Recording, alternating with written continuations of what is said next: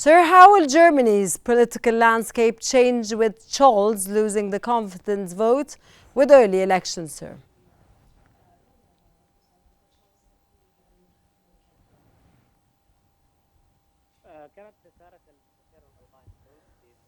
Chancellor Scholz.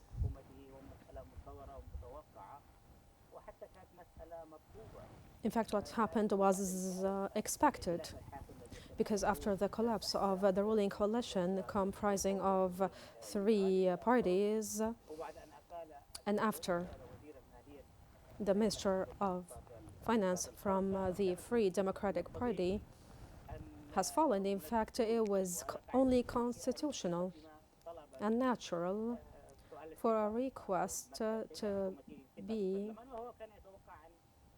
issued to withdraw trust from the government and for early parliamentary elections to be carried out. In fact, the situation is constitutional, consistent with the constitution, and is completely natural. In fact, this is the first coalition in the history of Germany to be comprised of three different parties. And in fact, there were a lot of discords over the last 3 years between these three different parties, and everybody is now heaving a sigh of relief that finally these parties are in alignment after 3 consecutive years of discords, announced discords, and not just discords that were actually kept in closed rooms. Sir, how will Chancellor Scholz opposition to long-range missiles to Ukraine impact his government's fall?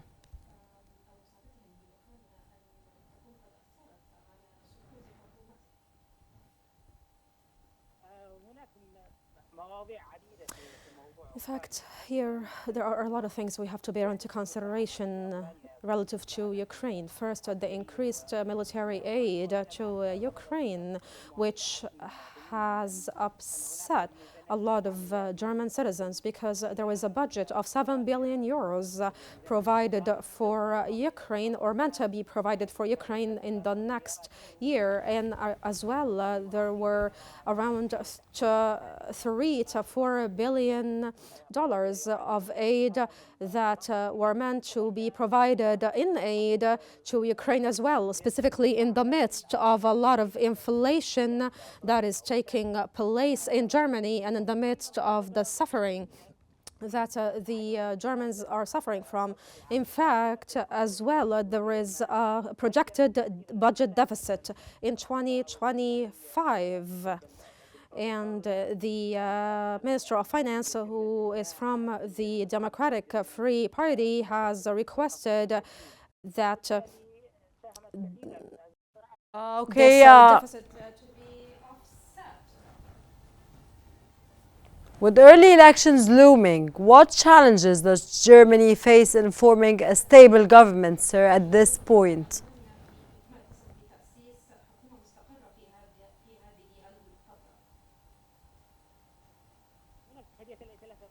There are a lot of challenges regarding the upcoming coalition. Like, for instance, the Christian Federation Party is forerunning by 30 or 40%. And after that comes the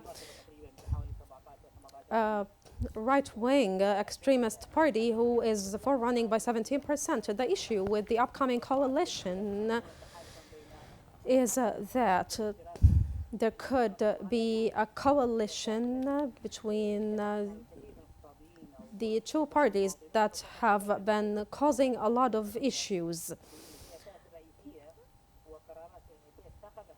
And a lot of decisions that were made, or the Christian or the Federation Christian Party,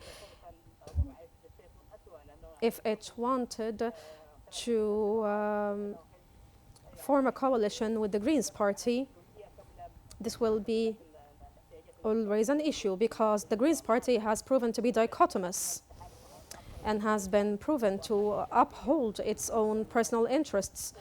or party interests rather than the public interests of the German.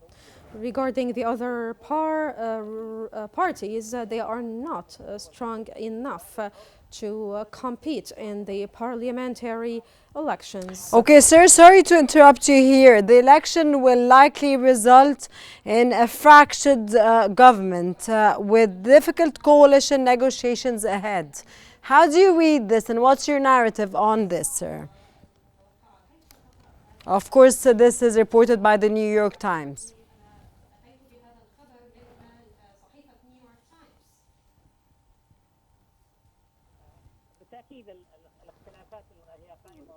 In fact, the discords are up and running and they are very much deepened. The party or the Federation Christian Party is more, of course, conservative, or it tends to be more conservative. Unlike Angela Merkel, who stayed in power for 15 years, who was known for her middle ground solutions and pragmatic orientations. In fact, even at some point, there were complaints that no multiplicity of political parties was present because of the practices of the Federation Christian Party. But right now we have a person that tends to be more conservative, way more than Chancellor Angela Merkel as well. The Chancellor, in his speech, in his recent speeches, he spoke a lot about the importance of reaching a common ground, and so he decided to form a coalition with the Federation Christian Party. In fact, there is a great deal of rationality right now in the German government and in the German government and in the German parties